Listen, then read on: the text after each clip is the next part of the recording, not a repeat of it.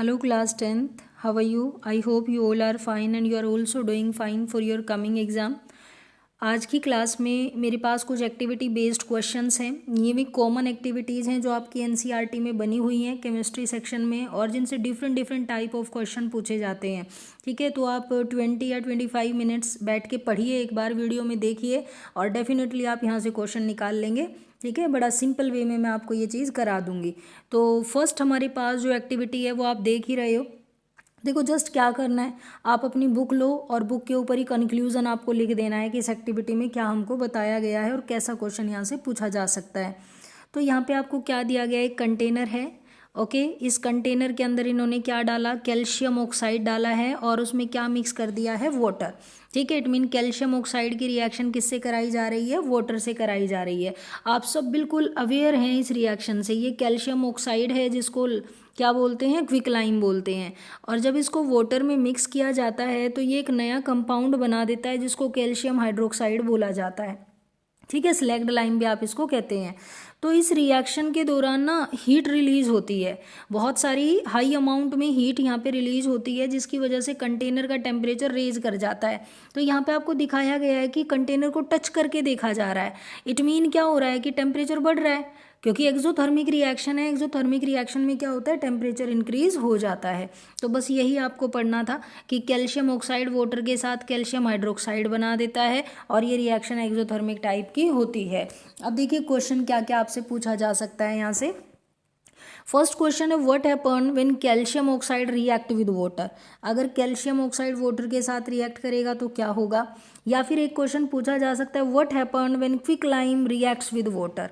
Quicklime किसको कहते हैं, कैल्शियम ऑक्साइड को ही तो कहते हैं। तो अगर ये वाटर के साथ रिएक्ट करता है तो क्या बनेगा, तो आप कहेंगे कि भाई जब कैल्शियम ऑक्साइड वाटर के साथ रिएक्ट करता है तो एक न्यू कंपाउंड की फॉर्मेशन होती है जिसको स्लैग्ड लाइम कहते हैं। और इस रिएक्शन में हीट प्रोड्यूस होती है at the time of reaction. तो ये एक एक्सोथर्मिक टाइप की रिएक्शन है। ठीक है, उसके अलावा और क्या क्वेश्चन हो सकता है आपके लिए, is there any change in temperature when water is added to calcium oxide. कहता है कि क्या टेम्परेचर में कोई चेंज आएगा जब हम वाटर को कैल्शियम ऑक्साइड के अंदर ऐड करेंगे। तो डेफिनेटली क्या होगा, टेम्परेचर इंक्रीज हो जाता है। क्यों इंक्रीज हो जाता है, क्योंकि large amount of heat release हो रही है, तो जिसकी वजह से टेम्परेचर बढ़ जाता है। और वही वो इस फिगर के अंदर आपको दिखाने की कोशिश कर रहा है। तो सिंपल ना, बहुत इजी क्वेश्चंस थे, और ऐसा क्वेश्चन अगर आपको आते तो डेफिनेटली आप इसको अटेम्प्ट करेंगे। आगे देखिए आगे क्या दिया गया है। नेक्स्ट एक्टिविटी दी है हमें लेड नाइट्रेट से। लेड नाइट्रेट सॉल्यूशन लिया गया है एक टेस्ट ट्यूब में, और एक दूसरी टेस्ट ट्यूब में पोटाशियम आयोडाइड सॉल्यूशन है। फिर दोनों को मिक्स कर दिया जाता है। तो आप क्या ऑब्जर्व करेंगे, तो पहले तो आपको लेड नाइट्रेट का फॉर्मूला आना चाहिए। तो PbNO3 होल ट्वाइस, ये होता है लेड नाइट्रेट। इसकी रिएक्शन आप करवा रहे हो किसके साथ, पोटाशियम आयोडाइड के साथ। तो 2 मोल पोटाशियम आयोडाइड के साथ ये रिएक्शन होती है, और यहाँ पे आयन एक्सचेंज हो जाते हैं। ठीक है, आयन एक्सचेंज हो जाएंगे क्योंकि डबल डिस्प्लेसमेंट रिएक्शन है। तो इसमें बनता है PbI2। एक तो इसमें PbI2 बनेगा, और जो दूसरा प्रोडक्ट है वो बनता है इसमें पोटाशियम नाइट्रेट। तो PbI2 के येलो PPT आपको देखने को मिलते हैं। आप देखते हैं कि ये क्या क्वेश्चन हमसे पूछ रहे हैं।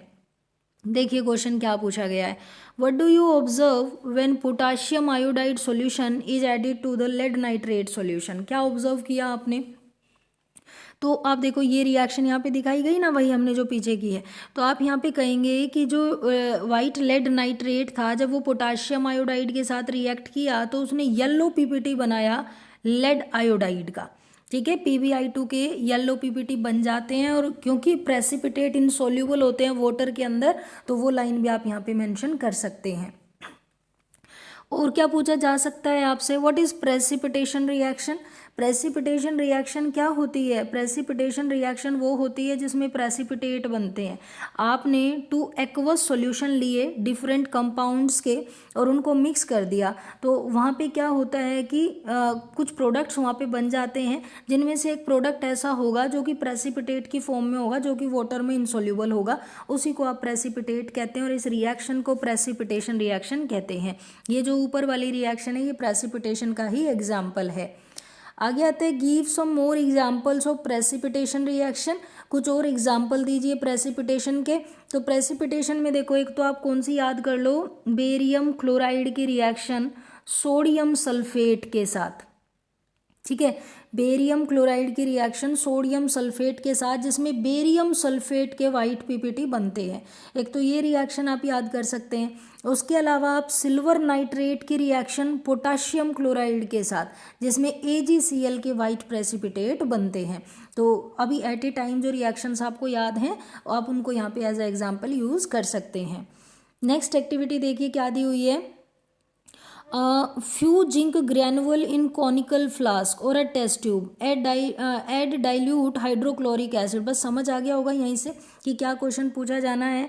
भाई जिंक ग्रैनुअल लिया है, मतलब जिंक मेटल लिया है और उसकी रिएक्शन हाइड्रोक्लोरिक एसिड के साथ करा दी गई है। तो मेटल की रिएक्शन डाइल्यूट एसिड के साथ कराई जा रही है, क्या बनेगा, सोल्ट बनेगा। कौन सा सोल्ट बनेगा, जिंक क्लोराइड। और कौन सी गैस रिलीज होगी, हाइड्रोजन गैस आपकी रिलीज हो जाएगी, है ना। जब कोई मेटल एसिड के साथ रिएक्ट करता है तो कौन सी गैस को रिलीज करता है, हाइड्रोजन गैस को रिलीज करता है। देखिए एक बार क्वेश्चन क्या है, कैसे क्वेश्चन आपको इस एक्टिविटी से पूछे जा सकते हैं। Why it is recommended always to use dilute acid, हमेशा डाइल्यूट एसिड को ही क्यों यूज़ करना चाहिए। तो ये कह रहा है there are many reasons but according to your syllabus, because if the concentration of the acid will be higher then it will be more exothermic reaction and if the activity will not be completed in the presence of right mentor then it can be very harmful. देखो आप इतना बड़ा कुछ ना लें, आप यही बताएंगे कि अगर कंसंट्रेशन एसिड की ज़्यादा है, ठीक है, तो वो हाईली एक्सोथर्मिक रिएक्शन को शो करेगा और वो वेरी हार्मफुल होगा। ओके, वो बहुत हार्मफुल होगा। तो इस डेंजर से बचने के लिए हम उसको क्या कर लेते हैं, डाइल्यूट कर लेते हैं। उसके बाद आते हैं what happen when zinc granule are added to HCl और H2SO4। अगर जिंक ग्रैनुअल्स को, ग्रैनुअल क्या होता है, ये पीसेस की फॉर्म में होता है जिंक, ठीक है, पीस की फॉर्म में होता है, थोड़ा थोड़ा सा पाउडर की फॉर्म में होता है। जब आप इसको HCl और H2SO4 के साथ रिएक्ट कराते हो तो ये क्या बना देगा, ये एक सोल्ट बनाएगा और साथ में कौन सी गैस रिलीज करेगा, हाइड्रोजन गैस को रिलीज करेगा। रिएक्शन किस टाइप की होगी, ये रिएक्शन भी आपकी एक्सोथर्मिक टाइप की रिएक्शन होती है, ठीक है। तो ये दोनों क्वेश्चन आपके उस एक्टिविटी से बन सकते हैं। नेक्स्ट है आपके पास what is decomposition reaction. Decomposition reaction दी है और ये एक एग्जाम्पल दिया गया है कौन से डीकम्पोजिशन का। आप इस एक्टिविटी को अपनी बुक में देखना, ये फेरस सल्फेट से रिलेटेड क्वेश्चन, और ये क्वेश्चन 101% आपके एग्जाम में होगा, ठीक है, किसी ना किसी फॉर्म में। अभी आप देख लेना कि कौन कौन सा क्वेश्चन यहाँ से बनता है। तो सबसे पहले समझें आप इस एक्टिविटी को। यहाँ पे पहले तो आप फेरस सल्फेट देखो, जो फेरस सल्फेट हमारे पास लैब में होता है उसके साथ वाटर ऑफ क्रिस्टलाइजेशन होते हैं, 7 वाटर ऑफ क्रिस्टलाइजेशन। तो उसी वाटर ऑफ क्रिस्टलाइजेशन की वजह से फेरस सल्फेट का जो कलर है वो कैसा होता है, ग्रीन होता है, ठीक है। अब अगर ये जो वाटर मॉलिक्यूल है, अगर मैं इनको यहाँ से रिमूव कर दूँ तो मेरे पास बचता है FeSO4, ठीक है, जिसको आप एनहाइड्रस FeSO4 कहोगे। एनहाइड्रस का मतलब ड्राई है, वाटर मॉलिक्यूल इसके साथ नहीं है, तो इसका ग्रीन कलर भी नहीं होगा भाई। ओके, इसका कलर कैसा होता है, वाइट कलर होता है, क्योंकि वाटर मॉलिक्यूल की वजह से इसमें क्या आता है, ग्रीन कलर आता है, ठीक है। अब अगर एनहाइड्रस फेरस सल्फेट को आप हीट करते हैं एट अ हाई टेम्परेचर तो 2 मोल FeSO4 के कन्वर्ट हो जाता है किसमें, Fe2O3, और 2 गैसेज यहाँ पे बनती हैं, एक होती है SO2 और एक होती है SO3। ये 2 गैसेस भी यहाँ पे बनती हैं। तो ये जो बना है ना आपका फेरिक ऑक्साइड, ये डर्टी वाइट या फिर ब्राउन से कलर का कंपाउंड होता है। ये क्वेश्चंस आपके यहाँ से अब आ सकते हैं। अभी देखिए मेन बात क्या पढ़ी आपने, पहले तो ये पढ़ा कि फेरस सल्फेट का जो ग्रीन कलर है वो किस वजह से है, तो आप कहेंगे due to water of crystallisation, समझ आई बात। दूसरी बात आप यहाँ पे ये बताएंगे कि अगर वाटर ऑफ क्रिस्टलाइजेशन इसके साथ नहीं है तो इसका ग्रीन कलर डिसअपियर हो जाएगा, ये वाइट हो जाता है। उसके बाद अगर बिना वाटर के फेरस सल्फेट को हीट किया जाए तो वो किस में ब्रेक हो जाता है, वो फेरिक ऑक्साइड, और एक गैस बनेगी SO2 और एक बनती है SO3। तो ये आपकी एक्टिविटी थी। क्वेश्चन देखिए क्या है, do you observe any change in color of ferrous sulfate crystal when they are heated in the boiling tube over the flame of a burner or sprit lamp। तो इसने क्या बोला कि क्या आप फेरस सल्फेट के कलर में कोई चेंज देखते हैं जब आप उसको हीट करते हैं बॉइलिंग ट्यूब में।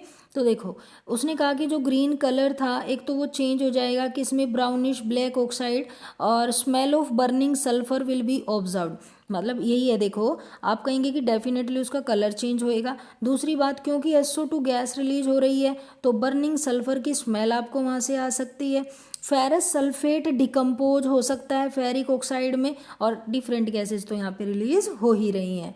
ठीक है, तो ऐसे आप इस क्वेश्चन को कर लेंगे।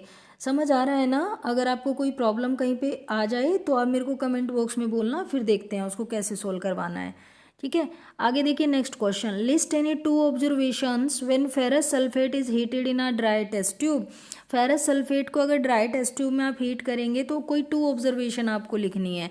पहली तो आप कहेंगे कि कलर चेंज हो रहा है, ठीक है, कलर चेंज हो रहा है। दूसरी बात आप क्या कह सकते हैं यहाँ पे, evolution of gas, evolution of gas, क्योंकि गैसेस भी तो रिलीज हो रही है वहाँ पे। तो 2 ऑब्जर्वेशन आप यहाँ पे मार्क कर सकते हैं। नेक्स्ट क्वेश्चन है आपके पास, state the observation and inference made by a student when he brings a wet blue litmus paper. आप कहते हैं जिस टेस्ट ट्यूब में आप ये रिएक्शन कर रहे हो ना फेरस सल्फेट वाली, अगर मैं उसके माउथ के पास एक वेट ब्लू लिटमस पेपर लेके आऊँ तो क्या होगा। एंड एक सेकेंड केस है, a wet red litmus paper in contact with gas liberated during thermal decomposition. मतलब एक बार आपको ब्लू लिटमस पेपर लाना है, एक बार आपको रेड लिटमस पेपर लाना है और उसके ऊपर क्या चेंज हो रहा है वो आपको बताना है। तो आपको पता है कि इस रिएक्शन के दौरान एक गैस निकलती है SO2, ठीक है, SO2 और SO3 ये दोनों गैसेस यहाँ पे रिलीज होती हैं। तो जो ये SO2 है, सल्फर क्या होता है, नॉन मेटल, और नॉन मेटल का ऑक्साइड कैसा होता है, एसिडिक नेचर का होता है। इट मीन ये गैस कैसी है, एसिडिक है।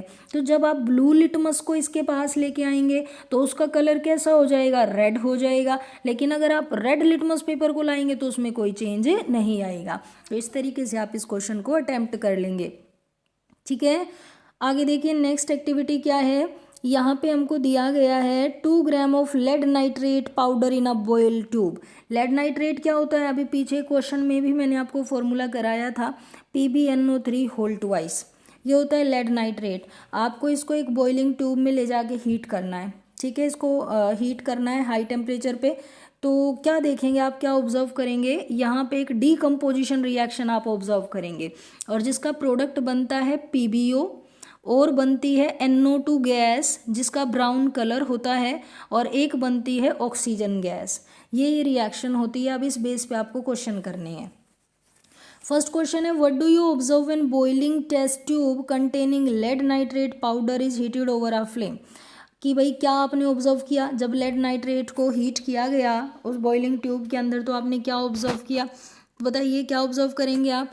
On heating lead nitrate decomposing with a crackling sound along with the evolution of brown fumes of nitrogen dioxide gas।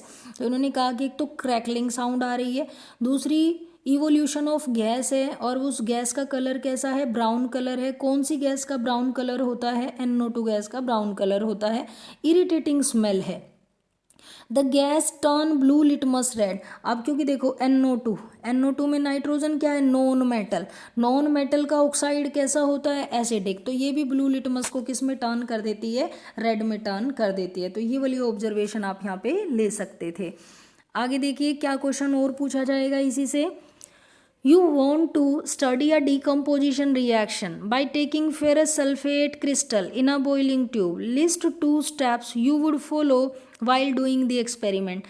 Again आपको फेरस सल्फेट का क्वेश्चन दिया गया है, आप इसका एक्सपेरिमेंट करना चाहते हैं तो कोई आपको 2 स्टेप्स फॉलो करने हैं इस पे एक्सपेरिमेंट करते हुए।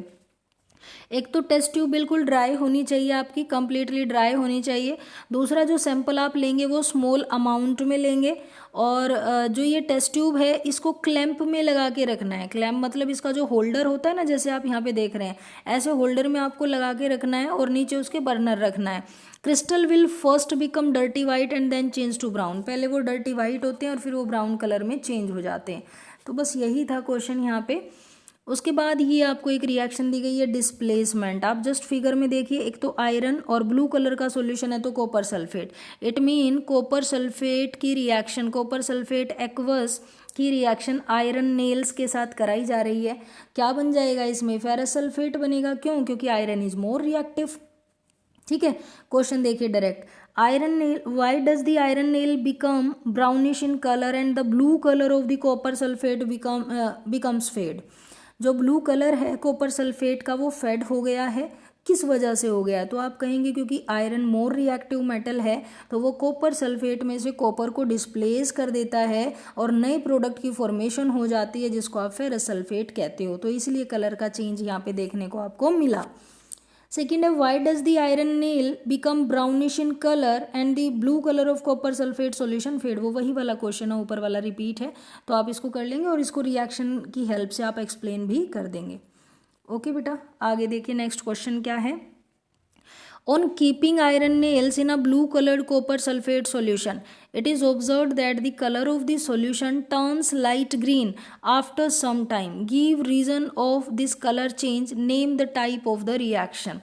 अगेन देखो वही है, आयरन इज मोर रिएक्टिव तो ये कॉपर को डिस्प्लेस करेगा, क्या बन जाएगा? Ferrous sulphate. और कैसा फेरस सल्फेट? एक्वस। तो आपको पता है जब फेरस सल्फेट के कॉन्टेक्ट में वाटर होता है तो इसका ग्रीन कलर होता है, तो बस यही आपको बताना है। नेक्स्ट रिएक्शन कौन सी दी है? Double displacement. और किस किस के बीच में दी है? सोडियम सल्फेट और बेरियम क्लोराइड। तो ये हमने पीछे की है रिएक्शन। जब आप सोडियम सल्फेट की रिएक्शन बेरियम क्लोराइड से कराते हैं तो बेरियम सल्फेट के वाइट प्रेसिपिटेट बनते हैं, बेरियम सल्फेट के वाइट पीपीटी बनते हैं। क्या क्वेश्चन पूछा जा सकता है यहाँ से? While studying the double displacement reaction, the solution of barium chloride and sodium sulfate are mixed together. What do you observe as soon as two solutions are mixed together, and what will be happen in the above observation made by you after 10 minutes? Okay. तो सबसे पहले तो आप ये बोलेंगे कि जब इन दोनों को आपस में मिक्स किया जाता है तो वाइट पीपीटी बनते हैं, वाइट प्रेसिपिटेट बनते हैं बेरियम सल्फेट के। और सेकंड क्वेश्चन का आप आंसर करेंगे कि अगर 10 मिनट्स तक हम उसको ऑब्जर्व करेंगे तो जो वाइट पीपीटी थे वो सेटल डाउन हो जाएंगे बॉटम में और एक कलरलेस सॉल्यूशन आपको ऊपर की तरफ दिखाई देगा जो कि NaCl होगा। ठीक है, तो ये चीज़ आपको बतानी है। नेक्स्ट एक्टिविटी क्या है आपकी? सोडियम कार्बोनेट को लिया गया है एक टेस्ट ट्यूब में और 0.5 ग्राम सोडियम हाइड्रोजन कार्बोनेट लिया गया है एक टेस्ट ट्यूब में। दोनों में HCl ऐड किया गया है एंड जब आपने HCl ऐड किया तो एक गैस वहाँ से रिलीज हो रही है। उस गैस को आपने क्या किया है? पास किया है लाइम वाटर में। तो अब आपकी ऑब्जर्वेशन क्या होगी? तो एक बात तो मैं आपको देखो बहुत सीधी सी बता दूँ, अगर आपके सिलेबस में कहीं भी किसी कार्बोनेट की बात हो रही है या फिर किसी हाइड्रोजन कार्बोनेट की बात हो रही है, चाहे इनको हीट किया जाए चाहे इनको किसी एसिड के साथ ट्रीट किया जाए, तो हमेशा जो गैस रिलीज होगी ना वो CO2 गैस होगी। यहाँ से जो गैस रिलीज होगी वो कौन सी होगी? CO2। अब CO2 गैस को अगर आप लाइम वाटर से पास करते हो, CO2 गैस को अगर लाइम वाटर से पास करते हो तो कैल्शियम कार्बोनेट बनेगा। ठीक है, और जिसका मिल्की अपीयरेंस होती है। तो CO2 का डिस्टिंग्विशिंग टेस्ट भी है ये। जब CO2 गैस को आप लाइम वाटर में पास करते हो तो लाइम वाटर मिल्की हो जाता है कैल्शियम कार्बोनेट की फॉर्मेशन की वजह से। देखिए क्या क्वेश्चन आपको मिल सकते हैं यहाँ से। क्वेश्चन आपको दिया गया है, A student adds a spoonful of powdered sodium hydrogen carbonate to a flask containing ethanoic acid. तो एसिड चाहे कोई भी हो, अगर आपने कार्बोनेट या फिर सोडियम हाइड्रोजन कार्बोनेट को मिक्स किया है किसी भी एसिड में तो आपको 2 ऑब्जर्वेशन बतानी है। तो पहली ऑब्जर्वेशन यही कि ब्रिस्क इफर्विसेंस आएंगी। ये ब्रिस्क इफर्विसेंस किसकी होती है? CO2 गैस की। जैसे जब आप कोल्ड ड्रिंक की बोतल को ओपन करते हो तो वहाँ से ब्रिस्क इफर्विसेंस आती है ना, तो वो CO2 की ही होती है। और सेकंड आप क्या बताएंगे यहाँ पे? भाई एक तो आपने यही बता दिया गैस की ब्रिस्क इफर्विसेंस आ रही है। दूसरा, क्योंकि आपने एसिटिक एसिड के साथ रिएक्शन करवाई है तो सोडियम एसीटेट भी इस रिएक्शन के अंदर बन जाता है। ठीक है, आगे देखिए नेक्स्ट एक्टिविटी क्या है। यहाँ से सनलाइट दिख रही है ना आपको, बस इसी को देखो। सनलाइट और किसके ऊपर डाली है? सिल्वर क्लोराइड के ऊपर सनलाइट इन्होंने डाली है। सिल्वर क्लोराइड जो होता है ना AgCl, इसका कलर होता है वाइट और भाई इसने क्या कर दिया, इसको सनलाइट में रख दिया, तो क्या होगा, आफ्टर सम टाइम ये ऑब्जर्व करेगा कि जो उसका वाइट कलर था वो ग्रे हो गया है। और वो ग्रे किस वजह से हुआ है, क्योंकि सिल्वर क्लोराइड डिकम्पोज हो गया। किस में टूट गया, सिल्वर में और क्लोरीन गैस में। तो जो सिल्वर बना है उसकी वजह से ग्रे अपीयरेंस यहाँ पे आती है। क्वेश्चन देखिए, why AgCl kept in black colour bottle. Black colour bottle में क्यों रखा जाता है, उसको प्रोटेक्ट करने के लिए, किससे, सनलाइट से, ठीक है, ताकि सनलाइट उस पर AgCl के डायरेक्ट कांटेक्ट में ना जाए, तो इसीलिए उसको प्रोटेक्ट करने के लिए हम उसको डार्क बोतल के अंदर रखते हैं, ठीक है। नेक्स्ट क्वेश्चन है, silver chloride when kept in the open turns grey, illustrate this with a balance chemical equation. जब आप सिल्वर क्लोराइड को ओपनली रखते हो तो ग्रे क्यों हो जाता है, तो मैंने आपको ऊपर बता दिया कि डिकम्पोजिशन रिएक्शन होती है और सिल्वर क्लोराइड में से सिल्वर निकल जाता है, बन जाता है, तो जिसकी वजह से आप क्या देखते हो यहाँ पे कि ग्रे कलर बन रहा है, ठीक है। आगे देखते हैं नेक्स्ट क्वेश्चन क्या हो सकता है। नेक्स्ट है, silver chloride when kept in the open turns grey, illustrate this with a balance chemical equation. तो वही क्वेश्चन है जो पीछे आप देख के आए हैं। नेक्स्ट देखिए भाई, क्या एक्टिविटी दे रखी है, NCERT की एक्टिविटीज़ हैं सारी, मार्क कर ली ना आप लोग। तो यहाँ पे एक चाइना डिश ली है और चाइना डिश में 1 ग्राम कॉपर पाउडर है, ठीक है, 1 ग्राम कॉपर पाउडर है चाइना डिश के अंदर और इसको हीट किया जा रहा है। तो जब आप हीट करते हो ना किसी चीज़ को, तो वहाँ पे क्या होती है, ऑक्सीजन जनरली रिएक्ट कर जाती है उस एलिमेंट के साथ या उस कंपाउंड के साथ हीटिंग के टाइम पे। तो कॉपर के साथ ऑक्सीजन रिएक्ट करेगा, क्या बन जाएगा, कॉपर ऑक्साइड बन जाएगा, ये बन जाता है। तो क्वेश्चन पूछेगा अब हमसे, ये क्या कह रहा है कि भाई कॉपर पाउडर को आपने हीट किया एक चाइना डिश के अंदर और आप क्या देखते हैं कि एक ब्लैक कलर का सब्सटेंस वहाँ पे बन जाता है। Why has this black substance formed, ये ब्लैक सब्सटेंस क्यों बना, and what is this black substance, और ये ब्लैक सब्सटेंस है क्या। Black substance is formed because of oxidation of copper. इस रिएक्शन के दौरान कॉपर कन्वर्ट होता है कॉपर ऑक्साइड में, तो कॉपर के ऊपर ऑक्सीजन ऐड हो गई है ना, तो एडिशन ऑफ ऑक्सीजन हुआ है, एडिशन ऑफ ऑक्सीजन को ही आप क्या कहते हो, ऑक्सीडेशन। तो ऑक्सीडेशन हुआ कॉपर का। दूसरा जो ब्लैक कलर का सब्सटेंस है वो है आपका copper oxide. How can the black coating on the surface be turn reddish brown. कहता है कि जो ये ब्लैक कोटिंग है सरफेस के ऊपर, ये रेडिश ब्राउन में भी टर्न हो जाती है, तो क्यों, if hydrogen gas is pass over the heated material copper oxide, the black coating on the surface turns brown. तो देखो एक बार क्या रिएक्शन होगी, कॉपर ऑक्साइड की रिएक्शन अगर मैं हाइड्रोजन गैस से करा दूं तो क्या बन जाएगा, H2O बन जाएगा और कॉपर वापस से लिबरेट हो जाएगा। तो भाई रिवर्स रिएक्शन होने की वजह से वापस से कॉपर बन जाता है, ब्राउन कलर ऑब्टेन्ड हो जाता है, ठीक है, ओके। तो ये हमारे क्वेश्चंस थे, एक्टिविटी बेस्ड क्वेश्चन थे और यहाँ से डेफिनेटली मैं आपको श्योरिटी के साथ कह रही हूँ कि आपको यहाँ से क्वेश्चन देखने को मिलेगा। आप इस पर अपनी 10-15 मिनट लगाइए और यहाँ से आप क्वेश्चन निकाल पाएंगे। होप दैट कि आपको वीडियो अच्छी लगी होगी, आपको चीज़ें समझ आ रही होंगी। अगर आपको सब अच्छे से समझ आ रहा है तो आप ज़रूर अपना कमेंट बॉक्स में फीडबैक दिया करें, वीडियो को लाइक करें, शेयर करें एंड सब्सक्राइब करें। Thank you so much.